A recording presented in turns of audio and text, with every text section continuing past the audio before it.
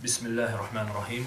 Əziz müsəlmanlar, qardaşların verdiyi çoxsaylı suallardan biri də saqqal barəsindədir və saqqalın şəriətdə hökmü nədir qardaşlar soruşurlar və soruşurlar ki, deməli saqqalın uzunluq həddi nə qədər olmalıdır? Saqqaldan kesmək olar, yoxsa ümumiyyətlə saqqala əl vurulmaz?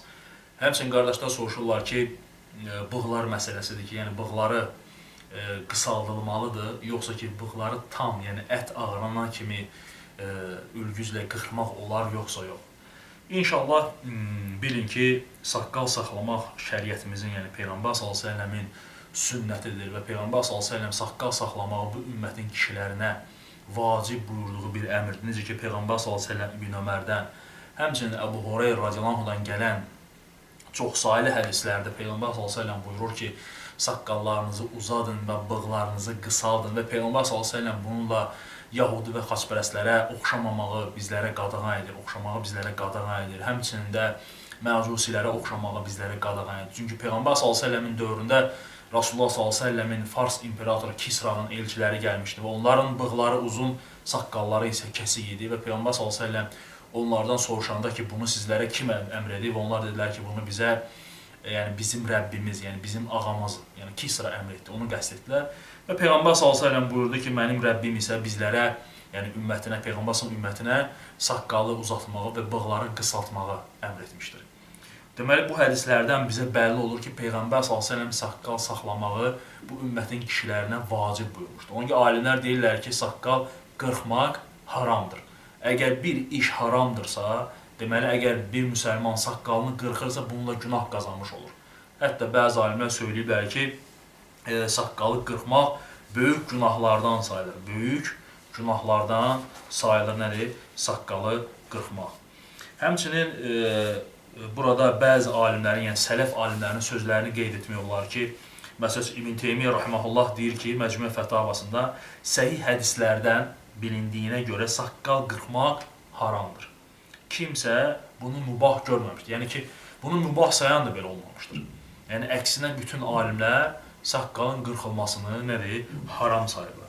Həmçinin dörd imam, yəni İmam Əbu Hanifədir, İmam Şafiidir, İmam Məlikdir, İmam Əhməddir, saqqalın qırxılmasını haram saymışlar. Və İmam Şafiin, deməli, Əl-Umm adlı məşhur kitabıdır İmam Şafi rahimehullahın, deyir ki, saqqal qırxmaq haramdır. Həmçinin İbn Əbdülbər rahimehullah Təmhid kitabında deyir ki, saqqal qırxmaq haramdır və bunu kişilərdən qadınlara bənzəyənlərdən başqası etməz. Bütün bunlardan bizə aydın olur ki, saqqalı qırxmaq nədir? Haramdır və şəriətimiz buna icazə verməmişdir. Yaxşı, saqqalın bəs uzunluq həddi nə qədər olmalıdır? Bu barədə əhl-i sünnə alimləri arasında ixtilaf vardır.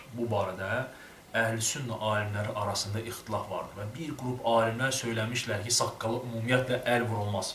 Məsəl üçün, bunlardan biz misal gətirə bilərik Şeyx İbn Bazı rahimehullah, həmçinin Şeyx Hüseymin, həmçinin Saudi alimlərin bir çox alimləri bu rəydədirlər ki, saqqalı əl vurulmaq olmaz. Məsələn, Şeyx Hüseymin rahimehullah öz Məcmu Fətavasında deyir ki, saqqalı yumruqdan o yana götürməyi Şeyx Hüseymin rahimehullah qadağan edir. Və deyir ki, kim ki bu rəyə icazə vermişdi ki, saqqalı, yəni bir yumruqdan, yəni bir qapdır, yəni 4 barmaqdan o yana keçmək icazəlidir, bu səhv fikirdir. Və Peyğəmbər s.ə.v-dən belə bir şey varid olmamışdır. Bəli, həqiqətən də Peyğəmbər s.ə.v-in dilindən belə bir şey varid olmamışdır, saqqalın kesilməsi barəsində. Yəni 4 barmaqdan o yana saqqala keçmək barəsində Peyğəmbər s.ə.v-dən heç bir şey varid olmamışdır. Və qadağan edənlər, yəni saqqalın toxunmağa qadağan edənlər, məsələn, Şeyx Hüseymin də, İbn Baz, onlar deyirlər ki, istisnadır həc və ümrə ziyarətlərindən başqa. Həc və ümrə ziyarətində buna da nəyə görə istisna edirlər? Çünki deyirlər ki, saqqal barəsində varid olan hədisləri İbn Ömər ən çox rəvayət edir və həmçinin Əbu Hureyra radiyallahu anh rəvayət edir. Və İbn Ömər radiyallahu anh da özü həc və ümrədə saqqalından götürərdi. 4 barmaq tutardı, yəni bir qabdır, bir yumruq deyilir və ondan o tərəfə nə edərdi? Kesərdi. Və qadağan edənlər hansı ki, deyirlər ki, saqqalı əl vurulmaq heç bir zaman, onlar istisna edirlər həc və ümrəni və deyirlər ki, həc və ümrədə istisnadır. Lakin söylədiyimiz kimi bu barədə ixtilaf olduğu üçün ikinci tərəf alimlər, məsələn, bura misal gətirmək olar, İmam Əhməd həmçinin Əl-Furu adında məsələn kitabında Şeyx Albani rahimehullah gətirir. Həmçinin İmam Təbəridir və s. alimlərdən, həmçinin sahabələrdən Şeyx Albani rahimehullah İbn Öməri gətirir. Həmçinin Əbu Hüreyrə radiyallahu anh, həmçinin təbiinlərdən Tavusu gətirir ki, onlar nəinki həcc və ümrə, həcc və ümrədən də əlavə adi bir vaxtlarda saqqallarını, yəni bir qabda, yəni bir yumruqdan, 4 barmaqdan o tərəfə götürərdilər və Şeyx Albani rahimehullah, necə ki bunu Şeyx Hələbi, hafizahullah, Şeyxin, yəni Albani rahimehullahın tələbələrindəndir, böyük tələbələrindəndir. Necə ki o bunu deyir ki, şeyximiz dedi ki, yəni Albani rahimehullah dedi ki, yəni bir yumruqdan, 4 barmaqdan o tərəfə kesmək vacibdir hətta. Hətta vacibdir. Nə üçün vacibdir? Çünki Şeyx Albani rahimehullah Əbu Hüreyrə radiyallahu anhudan əsərlər gətirir və deyir ki, Əbu Hüreyrə radiyallahu anh adi vaxtı, yəni həcc və ümrədən başqa bir vaxtı, həmçinin saqqalını kəsərdi, yəni 4 barmaqdan oynanır. Həmçinin Tavus rahimehullahdan gətirir ki, onlar da saqqallarını kəsərdilər və Şeyx Albani rahimehullah deyir ki, İbn Ömər, Əbu Hüreyrə radiyallahu anh hansı ki, Peyğəmbər s.ə.v bu hədisləri rəvayət ediblər ki, saqqallarınızı uzadın və bığlarınızı qısaldın və özləri də bunu etməkləri onu göstərir ki, yəni saqqalı kesməkləri onu göstərir ki, Peyğəmbər s.ə.v bu əməli etmişdir və onlar da bu əməli görüb, nədir, bu şeyi rəvayət etmişlər. Əgər Peyğəmbər s.ə.v bunu görməsəydilər, özlərindən bunu nə etməzlər, yerini getirməzlər. Çünki biz bilirik ki, İbn Ömər kimi sahabə necə sünnəyə bağlı olan bir kimsə olub. Hətta rəvayətlərdə gəlib ki, dəstəmaz alanda gözünün içinə qədər belə yuyardı. Peyğəmbər s.ə.v sünnətinə sarılmaq üçün ayaq yoluna gedib çıxdığı yerdə də gedib ayaq yoluna çıxardı.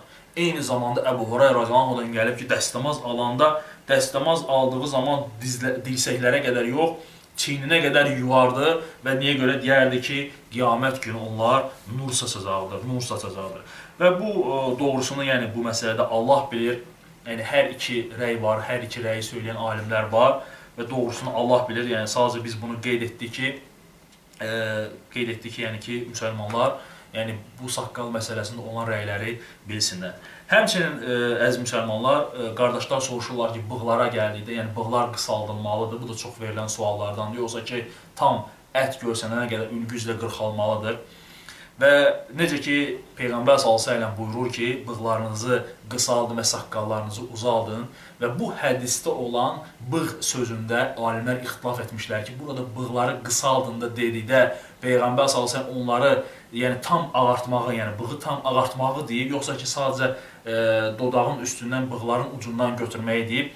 Və yenə də bu barədə əhl-i-sünnə alimləri arasında ixtilaf var və bir qrup alimlər, məsələn, bura aid eləmək olar, Hənəfi məzhəbində olan bəzi alimlər və həmçində Hənbəli məzhəbində olan alimlər, onlar demişlər ki, tam olaraq qırxılmalıdır. Yəni, tam olaraq qırxılmalıdır. Necə ki, İbn Qeym rahimehullah həmçinin Zadul Məad kitabında əvvəlində Peyğəmbər s.ə.v-in o görkəmi, yəni şəmaili barəsində danışanda, orada İbn Ömərdən gətirir ki, İbn Ömər radiyallahu anhu əti görsənənə qədər bığlarını nə edərdi? Ağardardı, əti görsənənə qədər. Və ona görə də bunlar, yəni Hənəfi məzhəbində olan bəzi alimlər, həmçinin Hənbəlilərdən olan bəziləri deyiblər ki, sünnə odur ki, tam şəkildə qırxılmalıdır, tam şəkildə qırxılmalıdır. O ki qaldı, yəni qırxmaq, burada gətirir ki, başqa bir rəvayətdə gətirir ki, İmam Təhavi, yəni ki, Hənəfi məzhəbində olan böyük alimlərdəndir. Şərh Məanül Əsər kitabında deyir ki, qırxmaq, yəni tam qırxmaq qısaltmaqdan daha yaxşıdır. Bu Əbu Hənifə, Abu Yusuf və Muhammed Şeybəninin görüşüdür. İbn Abidin isə rahimehullah deyir ki, Hənəfi məzhəbinin son dönəm alimləri qısaltmağı üstün görürlər. Yəni son dönəm alimləri qısaltmağı üstün görürlər. Ondan əvvəlki alimlərdə məsələn İmam Abu Hənifədir, Əbu Yusufdur, Muhammed Şeybəni rahimehullah, onlar hamısı yəni qırxmağı sünnə görürlər. İkinci rəyə gəldikdə isə onlar deyiblər ki, sünnə qısaltmaqdır, qırxmaq isə məkruhdur deyiblər. Qırxmaq isə məkruhdur deyiblər. Bunlardan Məliklərdən, həmçinin Şəfiilərdən, Şəfi məzhəbində olan bəzi alimlərin görüşü, həmçinin İmam Məlikin də bu məsələdə görüşü çox şiddətlidir. Çox şiddətlidir. Hətta İmam Məlik rahimehullah qırxanlara hədd, yəni cəza tətbiq edilməsini əmr etmişdir. Necə ki, gəlib ki, rəvayətlərdə İmam Malik bığları qırxanlara cəza tətbiq olunmağı söyləmişdir. Və demişdir ki, çünki sünnə qısaltmaqdır. Çünki sünnə qısaltmaqdır və deyir ki, bu bir bidətdir ki, insanlar arasında yayılmışdır, insanlar arasında söylənilmişdir. Və dəlil olaraq Əbu Davudda, həmçinin Şeyx Albani rahimehullahın səhih gətirdiyi, səhih söylədiyi hədisdə Muğira ibn Şöbə deyir ki, radiyallahu anh deyir ki, mənim bığlarım deyir uzun idi. Muğira ibn Şöbə radiyallahu anh deyir ki, mənim bığlarım uzun idi. Və Peyğəmbər s.ə.v məni görəndə sivaq ölçüsündə onları deyir, kəstirdi. Yəni sivaqı qoyardı bax belə bığlarının üstünə və uzun çıxan hissəsini isə nə edərdilər? Götürərdilər. Həmçinin İmam Məlik rahimehullah Ömər radiyallahu anhudan sözünü gətirir ki, Ömər radiyallahu anhu qəzəbli olduğu halda bığları ilə oynayardı. Yəni onları bu cürlə oynayaraq qəzəbli halda onları burardı.